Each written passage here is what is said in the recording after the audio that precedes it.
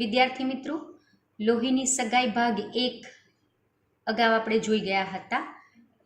આજે ભાગ 2 શરૂ કરવા જઈ રહી છું ત્યારે પહેલા પાઠ વાંચન કરું છું. મંગુને મૂકવા જવાનું હતું તે રાતે અમૃત કાકીને બિલકુલ ઊંઘ આવી ન હતી.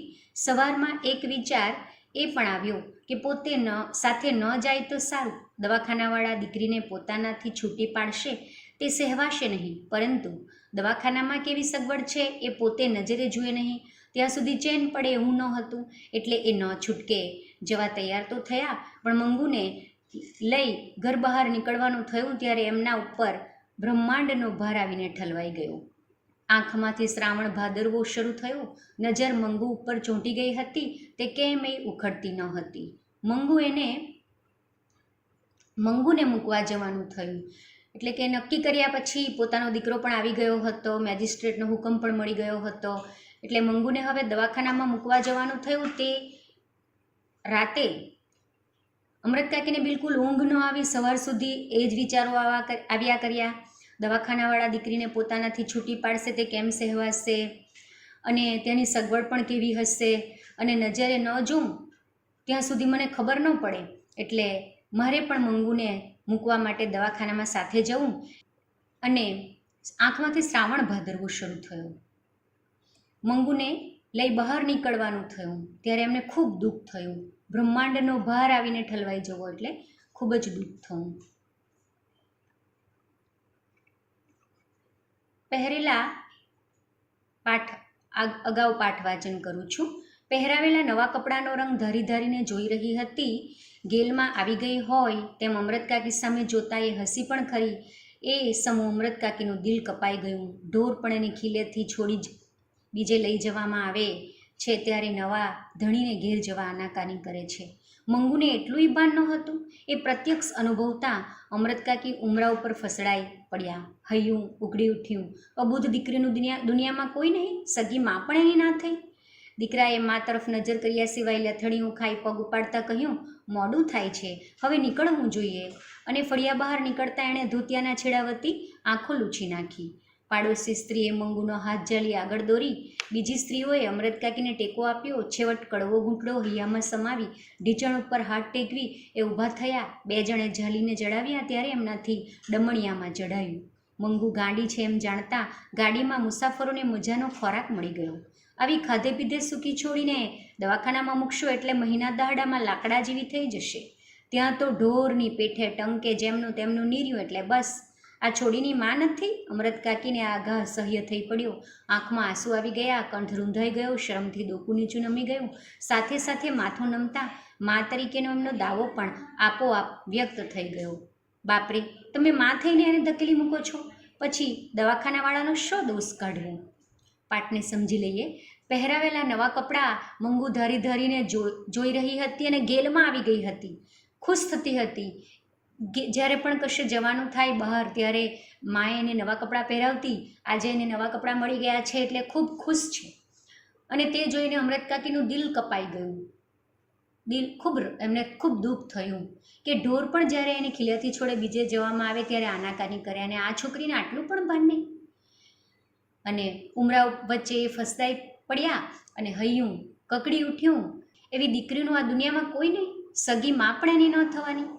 દીકરાએ મા તરફ નજર કર્યા સિવાય લથડીયું ખાઈને પગ ઉપાડ્યા અને કહ્યું, મોડું થાય છે એટલે આપણે નીકળવું જોઈએ. અને ફળિયા બહાર નીકળતા એણે પણ ધોતિયાના છેડાથી પોતાની આંખો લૂછી. તે સમયે પુરુષો ધોતિયા પહેરતા હશે પેન્ટની જગ્યાએ, એટલે આમણે પણ ધોતિયું પહેર્યું હતું. તેનાથી પોતાની આંખો લૂછે છે. માને જોઈને એને પણ દુઃખ થાય છે. અને મંગુ આખરે એની પણ બહેન તો ખરી ને.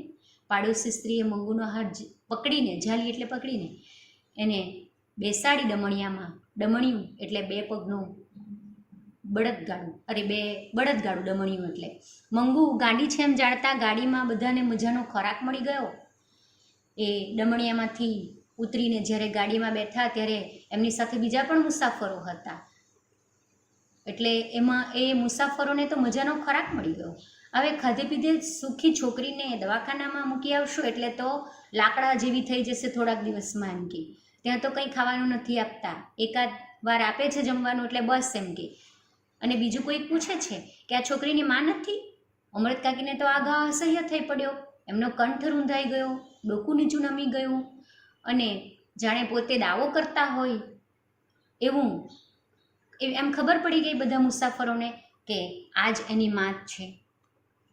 એટલે બીજું મુસાફર કહે છે, બાપરે, તમે માં થઈને એને ધકેલી મૂકો છો, પછી દવાખાનાવાળાને શો દોષ કાઢવો? અમૃત કાકી જો એકલા હોત કે દીકરાને માઠું લાગવાની બીક ન હોત તો વળતી ગાડીમાં મંગુને લઈ એ ઘેર પાછા ફર્યા હોત, પરંતુ બીજા ઉપાય ન હતો એટલે ભારે પગલે અને ભારે હૈયે એ દવાખાનામાં દાખલ થયા. મુલાકાતનો સમય હતો એટલે વચલા ખંડમાં દર્દીઓ અને એમના સગા સંબંધીઓ છૂટા છૂટા બેઠા હતા. સ્વજનોએ ઘેરથી આણેલી રસોઈ ઘણા જમતા હતા.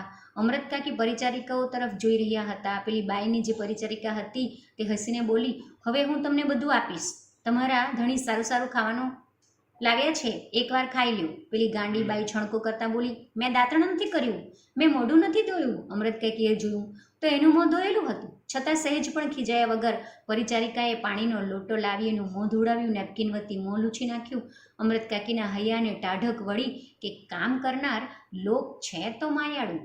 ડાક્ટર અને સ્ત્રી વોર્ડની મેટ્રન આવી પહોંચ્યા.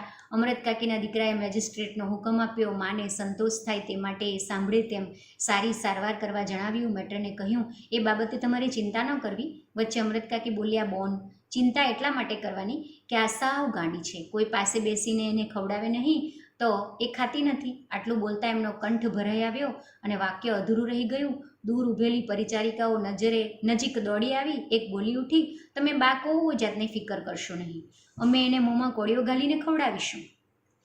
પાઠ સમજી લઈએ કે અમૃત કાકીને આ ઘા અસહ્ય થઈ પડ્યો જ્યારે કોઈએ કહ્યું કે એની માં નથી, અને તેથી એમનું માથું નીચું થઈ ગયું અને બાજુવાળાને સમજ પડી ગઈ કે આ જ એની માં હોવી જોઈએ, એટલે પાછા એને સલાહ આપે છે કે તમે માં થઈને એને દવાખાનામાં ધકેલી મૂકો છો, પછી દવાખાનાવાળાનો શો વાંક? જો અમૃત કાકી એકલા હોત ને દીકરાને માઠું એટલે કે ખોટું લાગવાની બીક ન હોત ને તો વળતી ગાડીમાં એ પાછા ફર્યા હોત, પણ હવે બીજો ઉપાય ન હતો એટલે ભારે હૈયે એ દવાખાનામાં દાખલ થયા. મુલાકાતનો સમય હતો. વચલા ખંડમાં બધા દર્દીઓના સગા સંબંધી આવ્યા હતા અને ઘરેથી આણેલી એટલે કે લાવેલી રસોઈ બધા જમતા હતા. અમૃત કાકી પરિચારિકાઓ એટલે કે નર્સ તરફ જોઈને બોલી, અને પેલી બાઈની જે પરિચારિકા હતી, નર્સ હતી, તે કહે છે કે હવે તમને બધું આપીશ અને તમારા પતિ, ધણી એટલે પતિ, તમારા માટે સારું સારું ખાવાનું લાવ્યા છે તે ખાઓ. એટલે પેલી ગાંડીબાઈ છણકો કરતા બોલી, મેં દાંતણ નથી કર્યું, મેં મોઢું નથી ધોયું. અમૃત કાકીએ જોયું તો એનું મોં ધોયેલું હતું, છતાં પણ પરિચારિકા એના માટે પાણીનો લોટો લઈ આવી, નેપકિન લઈ આવી અને એનું જાતે એણે મોં લૂછી નાખ્યું. એટલે અમૃત કાકીને હૈયાને શાંતિ થઈ, ટાઢક વળી કે કામ કરનાર લોકો તો દયાળુ છે, માયાળુ છે. ડાક્ટર અને સ્ત્રી વોર્ડની મેટ્રન આવી પહોંચી. અમૃત કાકીના દીકરાએ મેજિસ્ટ્રેટનો હુકમ આપ્યો અને એમને પેલી પરિચારિકાને પોતાની માં સાંભળે તેમ કહ્યું કે સારી સારવાર કરજો મારી બેનની. અને મેટ્રન કહે છે કે એ બાબતમાં તમારે ચિંતા ન કરવી. અને વચ્ચે અમૃત કાકી કહે છે, બોન, બોન એટલે બેન, ચિંતા એટલા માટે કે આ છોકરીને જરાય ભાન નથી, એટલી બધી ગાંડી છે કે કોઈ એને બેસીને ખવડાવે નહીં ત્યાં સુધી એ ખાતી પણ નથી. અને આવું બોલતા બોલતા તો એમનો કંઠ ભરાઈ આવ્યો, એટલે કે એમને રડવું આવી ગયું અને વાક્ય પણ અધૂરું રહી ગયું. દૂર ઊભેલી પરિચારિકાઓ નજીક દોડી આવી. એક બોલી ઉઠી, તમે બા કોઈ જાતને ફિકર કરશો નહીં, અમે એને મોંમાં કોળીઓ ગાલીને ખવડાવીશું. ગડગડા સાદે અમૃત કાકી બોલ્યા, એ જ બોન મારે કહેવું છે, એને ઝાડા પેશાબનું ભાન નથી, એટલે રાત્રે કપડાં બગાડે તો જોજો, નહીં તો ભીનામાં સૂઈ રહેશે તો વાયુ થઈ જશે. એને ઝાડા પેશાબનું પણ ભાન નહીં મળે, રાત્રે એ બગાડે અને એમાં સૂઈ રહેશે તો એને વાયુ થઈ જાય. બીજી પરિચારિકા બોલી, રાતમાં 4-5 વખત તપાસ કરવામાં આવે છે અમૃત કાકી, રાતે બત્તી હોય તો એને ઊંઘ નથી આવતી. એટલે પરિચારિકા કહે છે કે રાત્રે 4-5 વખત તપાસ કરવામાં આવે છે અને રાત્રે બત્તી હોય તો એને ઊંઘ નથી આવતી, લાઇટ જો સળગેલી હોય તો એમ કહે છે. તો જેને ઊંઘ ન આવે તેને ઊંઘની દવા આપીએ છીએ. એને બીજા તોફાની મારે નહીં તે જોજો. તોફાની હોય તેને જુદા રાખવામાં આવે છે. રાતે બધાને જુદી જુદી ઓરડીઓમાં સુવડાવવામાં આવે છે. મળવા આવેલા મુલાકાતીઓ વિદાય લેતા ત્યારે દર્દીને અંદરના ખંડમાં લઈ જવા પૂરતું બારણું થોડું ખુલતું. એ તક ઝડપી લે અમૃત કાકીની નજર 2-3 વખત અંદર ડોકાઈ રહી હતી. 3-4 સ્ત્રીઓને ફગફગતા વાળે અસ્તવ્યસ્ત કપડામાં એમણે અંદર ફરતી જોઈ. એકે એમના ભણી નજર કરી છાતે કૂટી અને એવો ડોળો ત્રાસો કર્યો કે એ છડી મર્યા. એ ઉપરથી એમને અંદરનું રહેઠાણ જોવાનું દિલ થયું. માંગણી કરી, મંગુને જે ઓરડામાં રાખવાની હોય તે મને જોવા દો. મેટ્રને કહ્યું, અંદર કોઈને જોવા જવા દેવાનો કાયદો નથી. ચકડવકડ આંખે આ નવી દુનિયા જોઈ રહેલી મંગુ અમૃત કાકીની સોડમાં લપાઈ. માથે હાથ મૂકી અમૃત કાકી રોજનો વહાલસોયો બેટા શબ્દ ઉચ્ચારવા ગયા ત્યાં તો એમનો સાદ ફાટી ગયો. મરણ પોક જેવી લાંબી પોક મુકાઈ ગઈ. આખું દવાખાનું એ આક્રંદમાં ડૂબી ગયું. દીકરાની આંખમાંથી ચોધર આંસુ વહી ચાલ્યા. આવા રુદનથી ટેવાઈ ગયેલા ડાક્ટર, મેટ્રન અને પરિચારિકાઓના હૈયા પણ ભરાઈ આવ્યા. દિવાલો પણ ધ્રુજી ઉઠી કે આટલું લાગણી ભર્યું કોઈ ગાંડાનું સ્વજન આજ સુધી આવ્યું અમે જાણ્યું નથી. એક પરિચારિકા હાથમાંનો રૂમાલ ફરકાવી મંગુનું પોતાના તરફ ધ્યાન ખેંચી બોલી, લે જોઈએ છે તારે? એ રૂમાલ પકડવા માની સોડ ત્યજી મંગુ એકદમ ઊભી થઈ થોડો રૂમાલ પકડવા દીધા. પછી એનો હાથ પંપાડી પરિચારિકા મીઠાશ ભર્યા શબ્દો બોલી, તું મારી પાસે રહીશ ને બહેન? હું તને સારું સારું ખાવાનું આપીશ. પાઠ સમજી લઈએ કે જેને ઊંઘ નથી આવતી એને ઊંઘની દવા પણ અમે આપીએ છીએ અને એને બીજા તોફાની નહીં મારે તે જોજો એમ જ્યારે કહ્યું ત્યારે એમ કહ્યું કે એવા તોફાનીઓને તો અમે અલગ રાખીએ છીએ, સાથે નથી સુવડાવતા. મળવા આવેલા જે મુલાકાતીઓ વિદાય લેતા હતા ત્યારે અંદરના ખંડમાં થોડુંક બારણું ખુલ્લું હતું. તે જોઈને અમૃત કાકી અંદર જવાની પરવાનગી માંગી પણ એમને ના પાડી દેવામાં આવી. પણ એમણે અધખુલ્લું બારણું હતું તેમાંથી જોયું કે તેમાં એક સ્ત્રી ફગફગતા છૂટા વાળ રાખીને અસ્તવ્યસ્ત કપડામાં અંદર ફરતી હતી અને અમૃત કાકી એના તરફ જોયું ત્યારે પેલી સ્ત્રીએ અમૃત કાકી તરફ એકદમ ડોળો ત્રાસો કરીને જોયું અને અમૃત કાકી એકદમ ગભરાઈ ગયા. મંગુને જે ઓરડીમાં રાખવાની હોય તે મને જોવા દો એમ એમણે કહ્યું. ત્યારે મેટ્રને કહ્યું કે અંદર કોઈને જવા દેવાનો કાયદો નથી. અને મંગુ તો આશ્ચર્યચકિત એકદમ ચકડવકડ થઈને આ બધી દુનિયાને જોઈ રહી છે. અમૃત કાકીની સોડમાં લપાઈ છે. એની માથે હાથ મૂકીને વહાલસોયો બેટા શબ્દ ઉચ્ચારવા ગયા પણ અમૃત કાકીથી બોલાયું નહીં અને મરણપોક જેવી લાંબી પોક મુકાઈ ગઈ. મરણપોક એટલે કે મોટેથી બોલીને રડવું.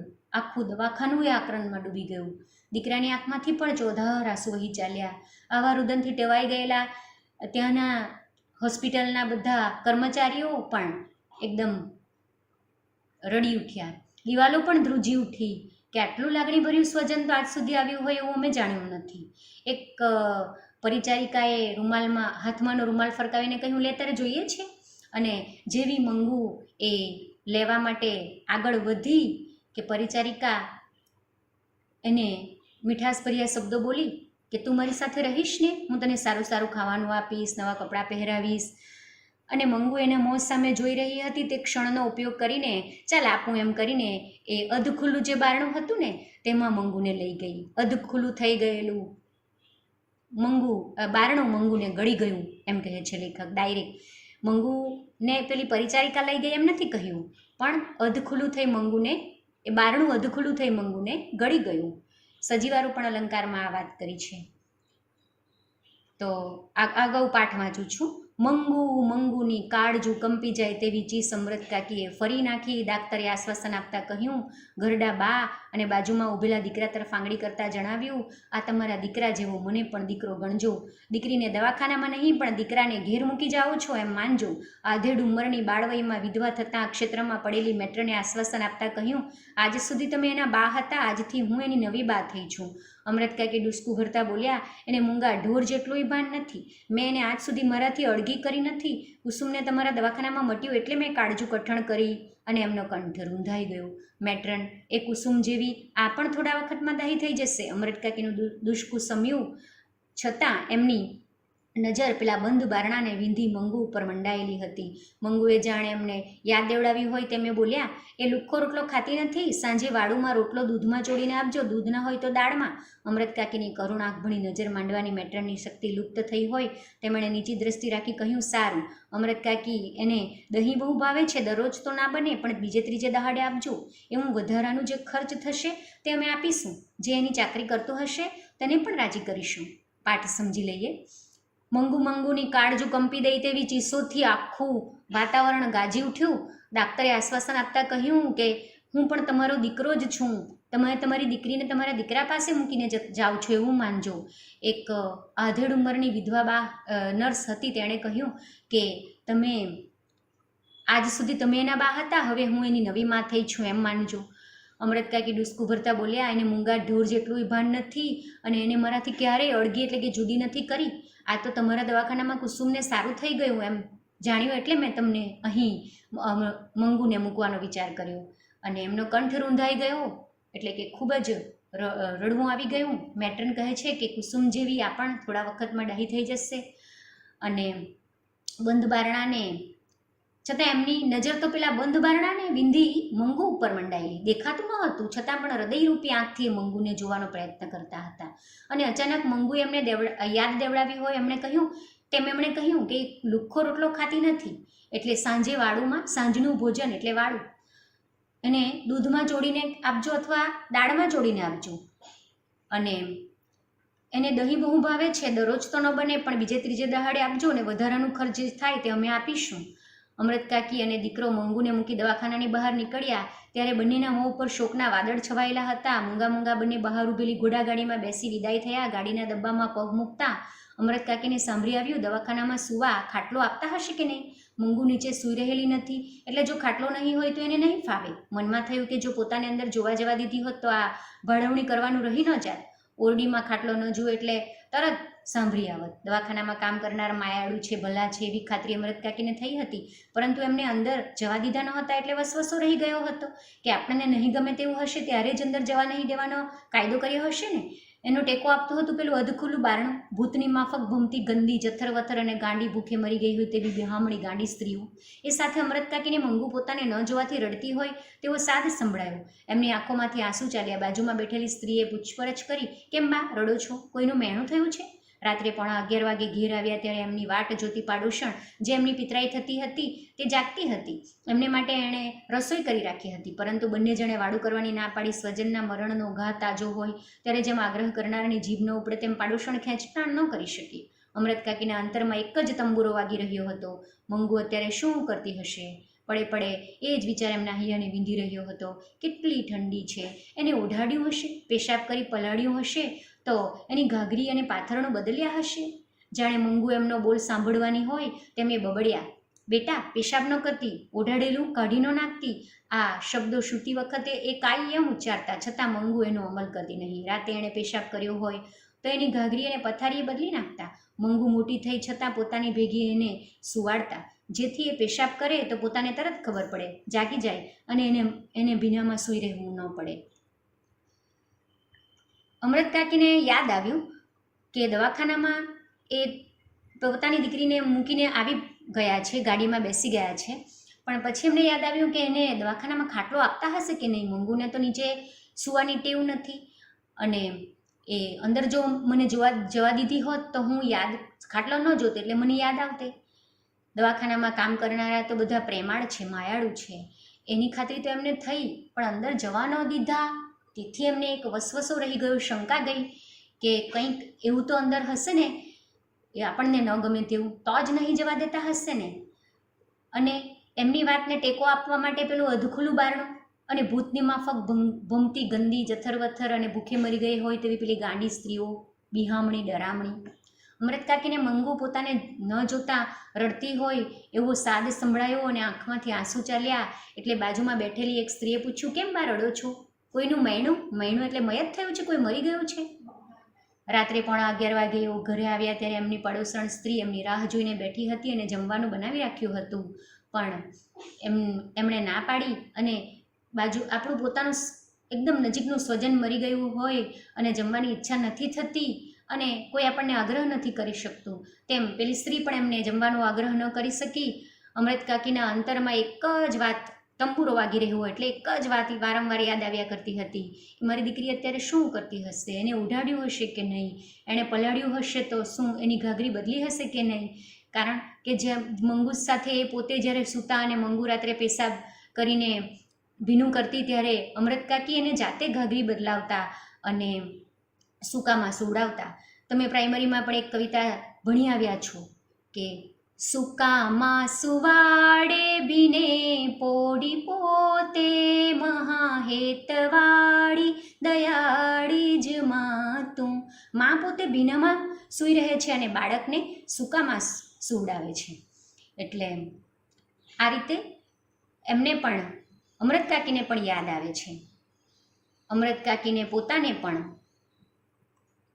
એના વગર પથારી સૂની સૂની લાગતી હતી. મનમાં થયું મારા ભેગી સુવા ટેવાઈ ગયેલી એની ઊંઘ આવી હશે. એ સાથે એની આંખો બહાવરી બની પોતાને શોધતી હોય તેમ એમને દેખાયું. એમણે ઈસ ઉપર કપાળ કૂટ્યું. હું માં થઈને એને દવાખાને હડસેલીને આવતી રહી. એમનાથી દુષ્કું ભરાઈ ગયું.